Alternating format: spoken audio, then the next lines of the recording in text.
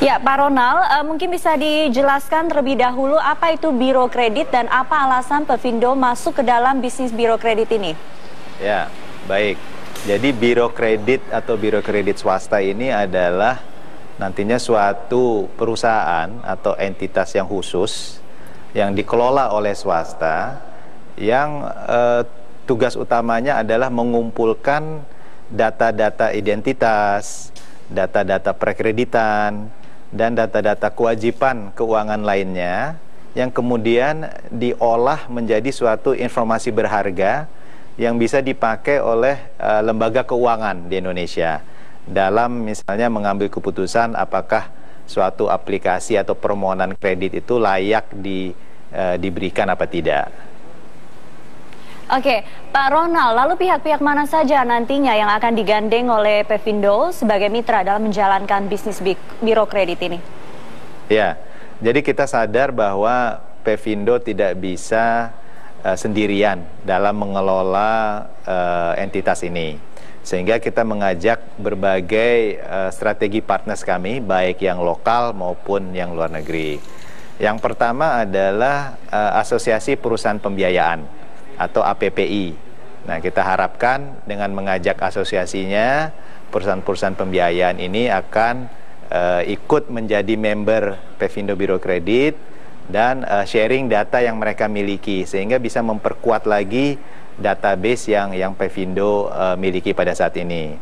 Yang kedua dari Telkom atau salah satu anak perusahaan Telkom yaitu Telkom Sigma. Itu kita harapkan selain nanti kita bisa ikut mengelola data-data nasabah Telkom, kita juga harapkan Telkom Sigma bisa membantu biro kredit dalam hal penguatan IT, sistem, dan jaringan yang mana memang mereka cukup dikenal mampu dalam mengelola usaha seperti itu. Yang lain adalah Pegadaian. Kita melihat 15 juta nasabah Pegadaian ini bisa memberikan tambahan yang cukup signifikan terhadap database Pevindo. Dan tidak lupa terakhir adalah strategi partners kami dari Jepang atau biro kredit swasta yang terbesar di Jepang, namanya CIC. Nah, kita harapkan dengan adanya mereka proses persiapan pendirian biro kredit Pevindo bisa lebih cepat lagi dan lebih efisien. Jadi seperti itu ya. Ya, Pak Ronald, lalu sejauh apa persiapan yang sudah dilakukan oleh Pevindo untuk memulai dan menjalankan bisnis biro kredit ini?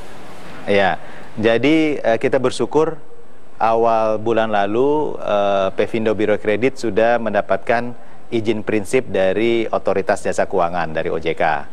Nah, dengan adanya persetujuan izin prinsip ini, tim kami langsung secara agresif dan cepat mempersiapkan developmentnya. Nah, kita harapkan maksimal 12 bulan proses persiapannya sebelum kami akan mengajukan izin operasional ke OJK. Jadi target kami mudah-mudahan kuartal ketiga tahun depan Pevindo Biro Kredit sudah bisa beroperasi. Ya, Pak Ronald, menurut Anda seberapa pentingkah peranan biro kredit ini dalam industri keuangan di Indonesia? Ya, jadi memang Indonesia adalah salah satu negara yang terlambat mengadopsi industri biro kredit.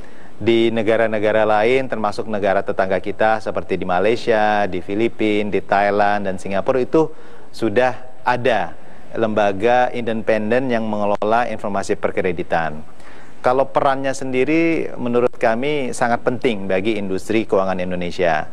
Kita sadar teman-teman di perbankan maupun perusahaan pembiayaan itu selama ini masih mengandalkan jaminan atau kolateral dalam mengambil keputusan pemberian kredit. Nah, diharapkan dengan adanya biro kredit swasta ini lebih diperhatikan adalah hal-hal yang fundamental seperti risiko kreditnya sendiri. Misalnya kalau suatu debitur itu selama ini belum pernah terlambat membayar angsuran atau cicilan kreditnya, ya mestinya dia bisa diberikan kredit dengan bunga yang menarik oleh lembaga keuangan. Oke, Pak Ronald, tadi Anda katakan sedikit lambat dimulai di Indonesia, lalu dukungan seperti apa yang dibutuhkan dari pemerintah untuk menumbuhkan dan mengembangkan bisnis ini? Ya, jadi kita berterima kasih bahwa inisiatif awal pendirian industri ini dimotori oleh Bank Indonesia. Nah, setelah berpindah ke Otoritas Jasa Keuangan, komitmen yang sama sudah dimunculkan oleh atau diperlihatkan oleh OJK. Jadi kami berharap dukungan atau support selama ini yang bisa berupa peraturan-peraturan yang mendukung itu akan terus kita dapatkan dari Otoritas Jasa Keuangan. Ya, Pak Ronald, kita akan segera memasuki masyarakat ekonomi ASEAN pada tahun 2015. Lalu apa manfaat yang bisa kita peroleh dari bisnis biro kredit ini? Ya, jadi memang kita berharap tahun depan dengan adanya masyarakat ekonomi di ASEAN ini terbuka pasarnya bagi para pemain di ASEAN, ya mudah-mudahan Indonesia sudah mempunyai biro kredit swasta sendiri. Jadi terlepas dari boleh tidaknya nanti biro kredit swasta dari luar beroperasi di Indonesia, paling tidak industri keuangan di Indonesia seperti dari kalangan perbankan maupun perusahaan pembiayaan bisa, kalau memerlukan jasa dari biro kredit, itu bisa mendapatkan dari suatu perusahaan yang memang merah putih gitu ya, yang memang lokal. Jadi tidak bergantung dari biro kredit asing atau di luar Indonesia. Ya. Baik, terima kasih Bapak Ronald T. Andi Kasim. Terima kasih untuk perbincangannya terkait dengan